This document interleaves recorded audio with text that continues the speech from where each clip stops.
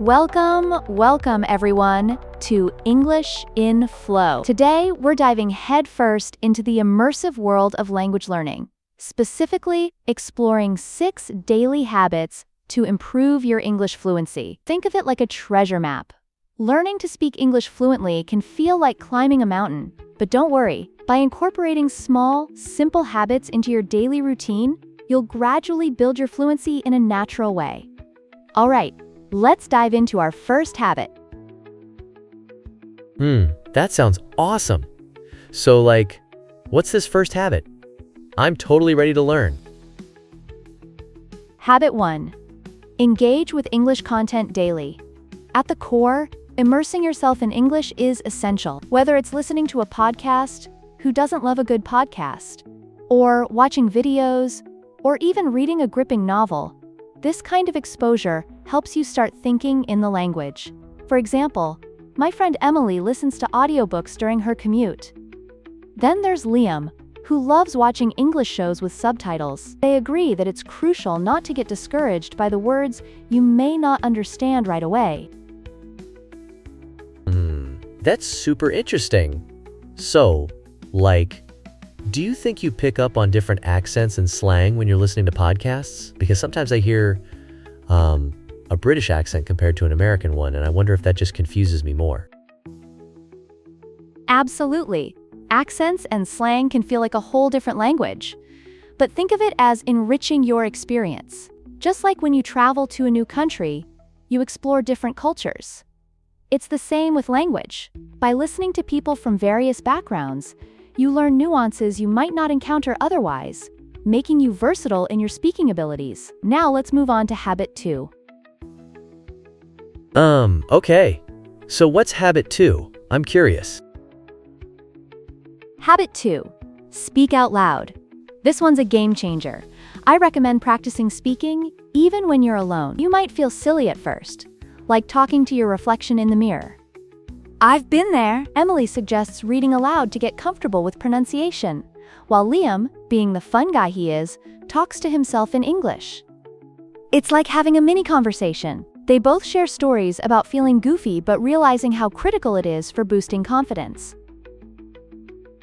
Haha. That's, wild. Talking to yourself? Do you think that, helps you establish a real connection with the language? Because I find it kind of awkward sometimes. It's completely normal to feel awkward, but every time you practice, you're building that confidence muscle.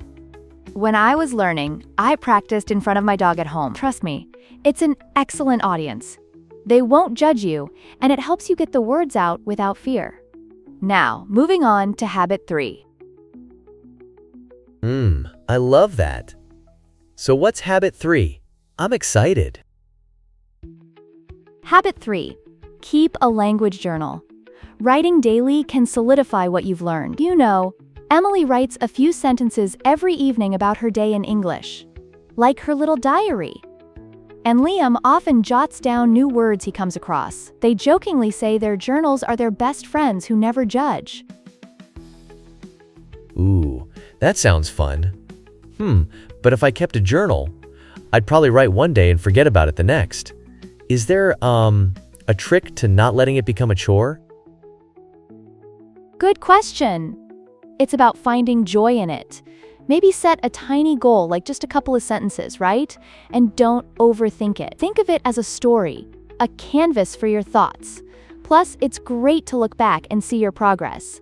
Let me tell you, it's rewarding. Now, let's jump to habit 4. I like that idea. So what's habit 4? I'm really curious. Habit 4.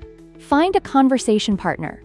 Practicing with someone else can lead to tremendous growth.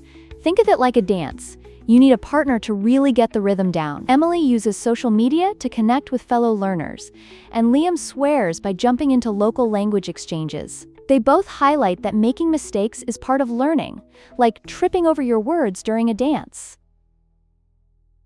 Wait, a dance? Haha, that's a great analogy. But, are these partners usually fluent, or are they also learning? I'd be super intimidated talking with someone who knows way more than I do. Ah, I get that. Most of the time, your conversation partner is on a similar journey. It's about learning together, not judging. Even seasoned speakers enjoy practicing with beginners because it helps them remember what it was like when they were in your shoes. Plus, you can bond over mistakes, turning them into inside jokes. Let's move to habit 5. That makes sense. So what's habit 5? I can't wait. Habit 5. Learn a new word each day. Emily challenges herself to incorporate one new word into her vocabulary daily. It's like leveling up in a game. Then we have Liam, who loves proudly posting his new word on social media. They often chuckle about forgetting these shiny new words, but feel like rock stars when they finally use them in conversation. Haha, I love that. But what about those days when you just forget everything? Do you have any tips for keeping those words fresh in your head? Definitely. To keep those words fresh, try incorporating them into your daily conversations. Use them in different contexts. Maybe even create a fun story around them. If it's a tricky word, use visuals or make flashcards. Play with them. Now, let's discuss our last habit.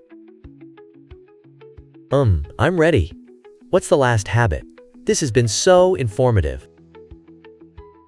Habit 6. Be patient and positive. This one is crucial. Acknowledge the progress you've made.